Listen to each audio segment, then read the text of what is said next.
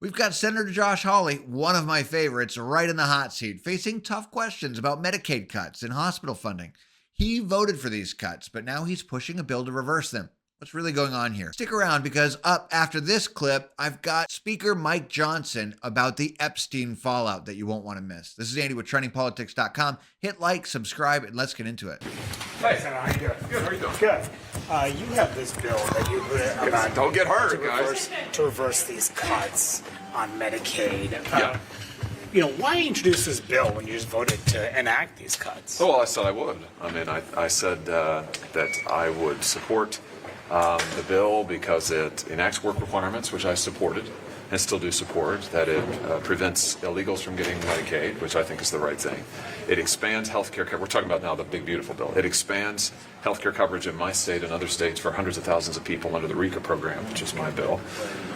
So I liked all of that, but there are aspects of it I didn't like, and I think these future cuts to hospitals with Medicaid is a mistake. So I said when I voted for it, I said I'm going to try to reverse these. That's exactly what I'm doing. But couldn't you have done that while the bill was being negotiated rather than after the fact? No, manifestly not. I mean, it's sadly mono. I mean, with legislation, sometimes you can get some things and not other things. So we were able to accomplish a lot. There's a lot of things I like. Most of the things. I mean, the tax cuts in the bill I think are good for workers, the blue-collar tax cuts. But I didn't like the hospital cuts. We were able to delay them and able to get more funding for hospitals in the short term. But I want to fund hospitals permanently, and I don't want any of those cuts to go into effect. And if your bill goes into law, what's the impact going to be on your state? If my bill... No. Sorry. If the cuts go into law and your new bill does not go into law to push back on these cuts, what is the impact going to be? Yeah, the good news is because of what we were able to negotiate, to your point, about, or in the big, beautiful bill, Missouri's actually getting $1 billion more in hospital funding over the next 4 years.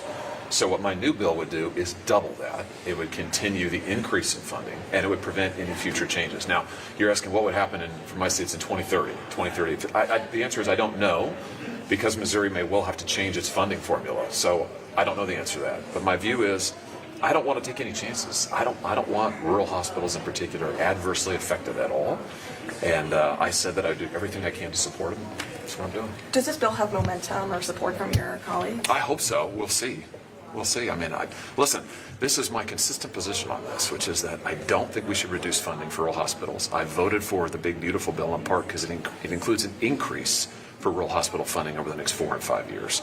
Let's make that permanent and let's extend it. What do you think of the polls that show that this bill is deeply unpopular? Well, I just had what I think so far is the only rally sort of for the bill, Mono, that you can correct me on this, maybe I'm wrong about this. I think I'm the only senator who has done a big event on the bill because the nuclear radiation compensation program that is in this bill is hugely popular in the state of Missouri. So we just had a huge rally, bipartisan.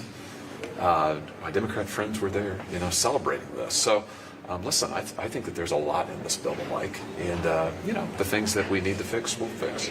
Senator, on the issue of rescissions, some of your colleagues, the ones who voted no yesterday, and even Majority Leader Thune has expressed some frustration with OMB that they haven't given specific things that these cuts are going to claw back on. Do you share any of those concerns? Do you think OMB should be more specific about what the money they're going to pull back is going to be taken from? Well, I'm sure they're trying to be as specific as they can. I will say some of my colleagues had the advantage here. A number of them were here for earlier rescissions packages. So I've heard a lot from my colleagues about how this rescission package differs from earlier ones. I just, to be honest with you, I just don't have that context. So that may be true, and I can understand the frustration. I think at the end of the day, I support the rescissions package. In fact, I'd like to make it bigger. I'd like to cut $9 billion, that's a B, billion dollars out of Green New Deal funding that's going to a private corporation in my state that's taking farmers' land. So if you gave, unfortunately the rules don't allow me to do it, but if you gave me my druthers, I'd try to add some stuff to this bill, so I'm going to vote for it. Senator, do you think that the Judiciary Commission probe this Epstein matter, and what do you think about the way the administration has handled it? Well, listen, I thought what the president said yesterday, I think it was yesterday, was right. I think he said the Attorney General ought to release whatever she thinks is credible and appropriate to release. That is exactly the right answer, I think. I mean, I think she should do that. I think, and my view is... She has not released enough, in your opinion? Well, I think here's what I think is maybe a little difficult to believe. The idea that DOJ and the FBI, who prosecuted cases relating to this, don't have any idea who Epstein's clients were and that he had no record of it, of the clients. I don't know. I find that kind of hard to believe. I mean, my view is make public everything you can make public. That's what the president said yesterday. I think that would be. They want my advice, and they don't. But if DOJ were asking for my advice, that's what I would say. Make it all public. Make as much public as you can. Listen, I've been an attorney general of the state of Missouri. I understand, like, these agencies often, they're always pressuring you as the prosecutor. They're always saying, please don't make this public. Please don't make this public. I just think whenever you can, so long as it doesn't interfere with prosecution, I think you ought to make it public. And in this case, I just say let's make it all public and get it out there. Should the Judiciary Committee investigate this? I saw that I never know how to pronounce her name, but his associate, Epstein's associate, Maxwell. Help me out. What's her first name? Ghislaine. Yeah. Okay. Yeah. So I think she said that she would be willing to testify. I mean, why not? Why not put her under oath? No, I wouldn't offer her immunity for any testimony, but the Judiciary Committee could put her under oath and testify. I'd be fine with that. I mean, I think that would. She apparently, she's being prosecuted. I think she has an appeal pending. So, I think that could be a good idea. Thank you. Yeah, you bet. So speaking about Epstein, people keep asking, is there really a list? Who's even on it? Or does it even exist? Speaker Mike Johnson gets a bit cornered on questions and is forced to jump into this controversial topic next. And trust me, his answers raise even more questions. Take a look.